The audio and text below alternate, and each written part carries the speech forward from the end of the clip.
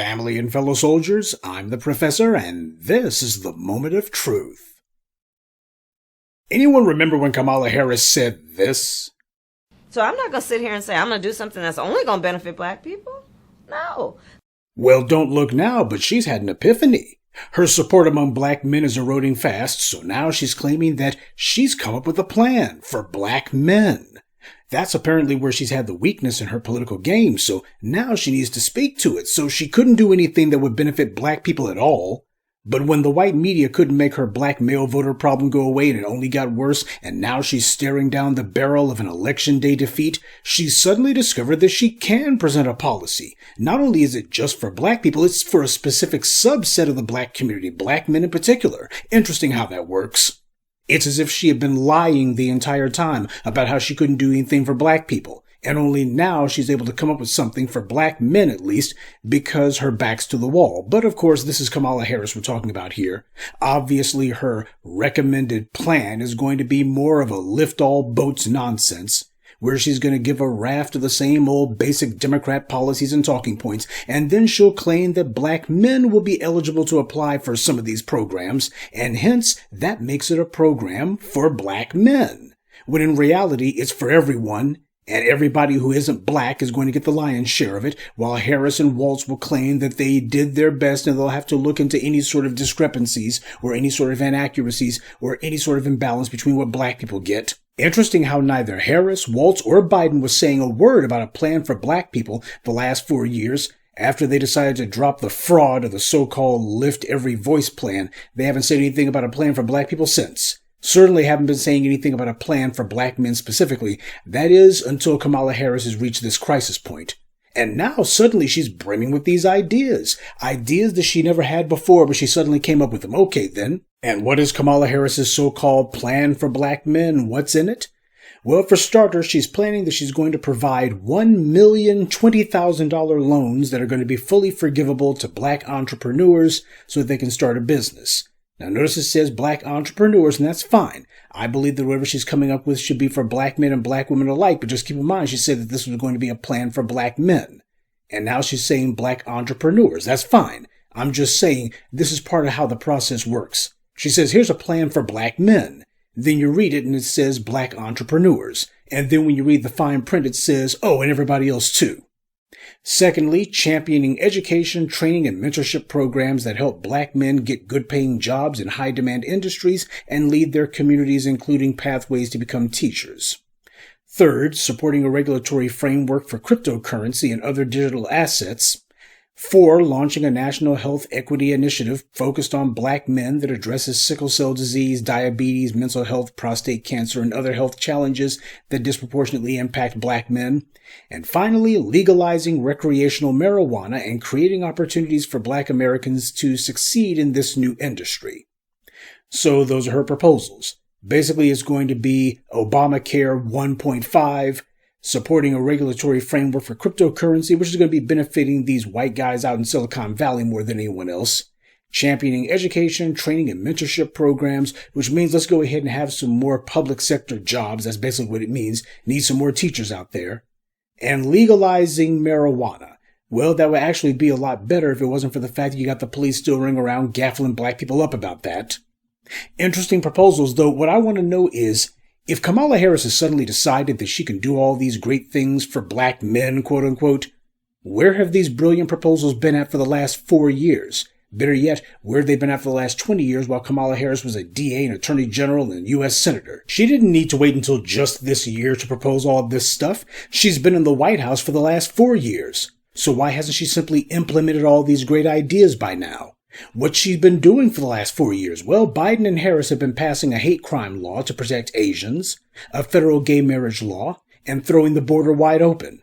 I guess that's why in her brilliant plan we haven't seen anything about cash reparations, haven't seen anything at all about an anti-black hate crime law, never mind the fact that black people are the vast majority of hate crimes victims in America. But Kamala Harris and Biden did manage to ramrod through a federal gay marriage law and, of course, throw the border wide open. And she and Biden have made a ton of lofty promises in the past about what they were going to do for black people. 4 years ago, the Lift Every Voice plan, the White House-level Police Accountability Commission, the George Floyd Policing Act, the John Lewis Voting Act, Whatever became of all those promises? Nothing. That's what became of them. So before anybody gets carried away and lets their heart go pitter-pat because Kamala Harris posted something on the internet, just understand, past behavior is the best indicator of future results. Now, what I found interesting, though, in this article is that right after Kamala Harris gave the 5 brief bullet points, right before she went into details about her plan, she decided to throw in there all of this anti-Trump rhetoric. And when you read it, you gotta laugh because a lot of what she says is bad about Trump also applies to herself and Obama. For example, she started off by saying Trump has repeatedly shown open contempt for black Americans and black men. Interesting how she uses the word black Americans and black men, as if she's drawing a distinction, drawing that line. Vivica Fox would be proud. Though I gotta say she's got lousy timing. I guess Kamala Harris hadn't heard about Obama's whiny diatribe against black men, had she? Here he was literally wagging his finger at black men, saying, I got a problem with that. You guys ain't voting the way I want you to. I got a problem with that. Here he is talking to black men as if they're a bunch of children that it's his right and duty to scold. And you got Kamala Harris talking about Donald Trump showing open contempt for black men. Well, given the way that Barack Obama and other Democrat surrogates like Magic Johnson have been talking about black men, Trump would fit right in with them. Next, the Harris campaign put in there, he, talking about Trump, falsely accused the exonerated 5 and called for them to receive the death penalty. That's right, he did, which is why I tell you that you shouldn't be giving your vote to Trump. I certainly wouldn't. What I want to know, though, is, should I be more outraged about Trump's words or about the actions of Kamala Harris, who actually was locking black people up? She wasn't advocating for it, she was doing it. Should I be more outraged about Donald Trump taking out an ad demanding that 5 innocent teenagers be killed? Or should I be angrier at Barack Obama, who did nothing, while black teenagers like Trayvon Martin and black preteens like Tamir Rice were murdered in the streets? Next, the Harris campaign posted, Trump's history as a landlord is checkered with repeated allegations of racial discrimination and outright refusal to rent to black tenants. Very interesting that she wants to talk about housing, because in yesterday's Moment of Truth, I told you about how Kamala Harris has received over $400,000 in campaign funds from the president of Blackstone Investment Group. That's the multi-billion-dollar investment fund that is literally buying up entire neighborhoods and then declaring that all of those homes are no longer for sale, they're only for rent. You could greatly alleviate the housing crisis in America if Kamala's pals at Blackstone were forced to divest themselves of all these homes they bought up. Blackstone is America's largest landlord. Do you see Kamala's pals at Blackstone trying to house black people? Because I sure don't. And then Kamala Harris's campaign wrote that, following the murder of George Floyd, Trump described black protesters as thugs. How ironic that Kamala would choose to point that out. Because during the BLM protests in 2015, following the murder of Freddie Gray, there was an uprising in Baltimore. And then President Obama called those protesters thugs. And when he was questioned about the use of that term, knowing that it was a racially loaded language from the white right now, he doubled down on it and said he stood by using that word thugs to describe the protesters in Baltimore. So Obama did the exact same thing that Trump did for the exact same circumstances. Seems that whenever it comes to black people, Barack Obama's just as bigoted as Donald Trump is. Because the language is the same, their moves are the same, their attitudes are the same. Now, if Kamala Harris was honest about a plan for black men, then she would be backing cash reparations. But that's nowhere in her proposal, because this isn't a serious offer. She claims that all the stuff that she's proposing is for black men, so since she's had an epiphany on this subject, it only makes sense that she can propose something that really helps us, right? Something we've actually been demanding. But that's not what she does. This is not about meeting black people's demands. This is about her dictating to black people what she thinks we ought to have. Do-nothing proposals that she'll then turn around and say, look at all this stuff that I did for you. A bunch of nothing burgers. By the way, this article also says Harris advisors say they are less worried about losing large percentages of black male support to the former president than that some will choose not to turn out at all. That's important because I've been telling you for years now to watch out for the white media talking point that black voters are switching to Trump. That's a lie, and it's a dangerous one. Trump is not promising black people anything any more than Kamala Harris is. So to switch to the GOP would be a mistake because both parties are in the same boat against us. Anti-black racism is a bipartisan issue. And while Trump may be an honest racist, that doesn't change the fact that he's still a racist. The GOP has not reached out to us, haven't promised us anything. and black voters are hardly stampeding to the right. But the election percentages being what they are in the U.S., black voters don't need to switch to the GOP in order to guarantee the Democrats lose.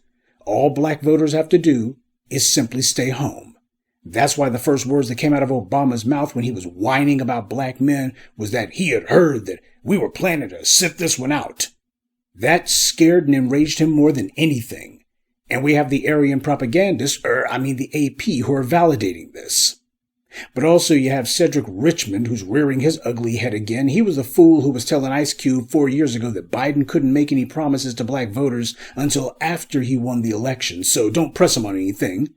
Well, now Richmond is co-chair of Harris's campaign, and he's selling the soap for her just like he did for Biden, and he's doing about as well a job for Harris as he did for Biden. Kamala has already made some appearances on some of these sellout bootlick shea butter scumbag podcasts online. She's trying to see if she can talk to some black people on the internet without having to deal with the black media, finding some friendly fools online, but it ain't working. Next, she plans to go to talk to Charlamagne the Fraud. That's more of preaching to the choir. This is what happens when you're determined to do everything except for what the black community is telling you to do. Black people, men and women both, are demanding tangibles. That means money. We have been economically strangled for 5 centuries. Everyone else who comes here, the government makes sure they get an economic floor right away. All they do to us, though, is pull the rug out from under us the second we try to get on our feet. This stupid charm offensive crap, it ain't gonna wash. The Democrats are trying to treat this like some standard PR issue, but it's not. Going to clowns like Charlamagne the Fraud and these shea butter bootlicks on YouTube, they can't help her because they weren't the ones who put her back to the wall. The black media did that. Talking to garbage-tiered Democrat flunkies, that's just hiding your head in the sand. There was one other thing that I noticed in this AP story. At the very end, it mentions an AP poll which predictably claims that black voters had a more favorable view of Harris over Trump, but then it said it was done on issues like the economy, healthcare, then they listed abortion and immigration. That train's never late, so as usual, you got the white media here shoehorning abortion and immigration into the story, lying as if black voters think that abortion and immigration are the most important issues to us when they're irrelevant. But more striking is that their alleged poll found that there was little difference in support for Kamala Harris between black men and black women. Now that's important because all the talk that there's been about black men, they haven't been mentioning that, truth be told, as Nina Turner said, black men don't really vote that much differently than black women. What that means is Kamala Harris's support among black men is low, and her support among black female voters is just as low. That's what it really means. She's got double the trouble. So that's Kamala Harris's proposal for what she's going to do for black men. After 4 years of telling us what she can't do, she waits until the 11th hour, the last couple of weeks before the campaign's over, to finally say that she's going to do something for black people. Well, she has no credibility at this point because she spent the last 30 years establishing a grotesque track record of untrustworthiness and disrespect.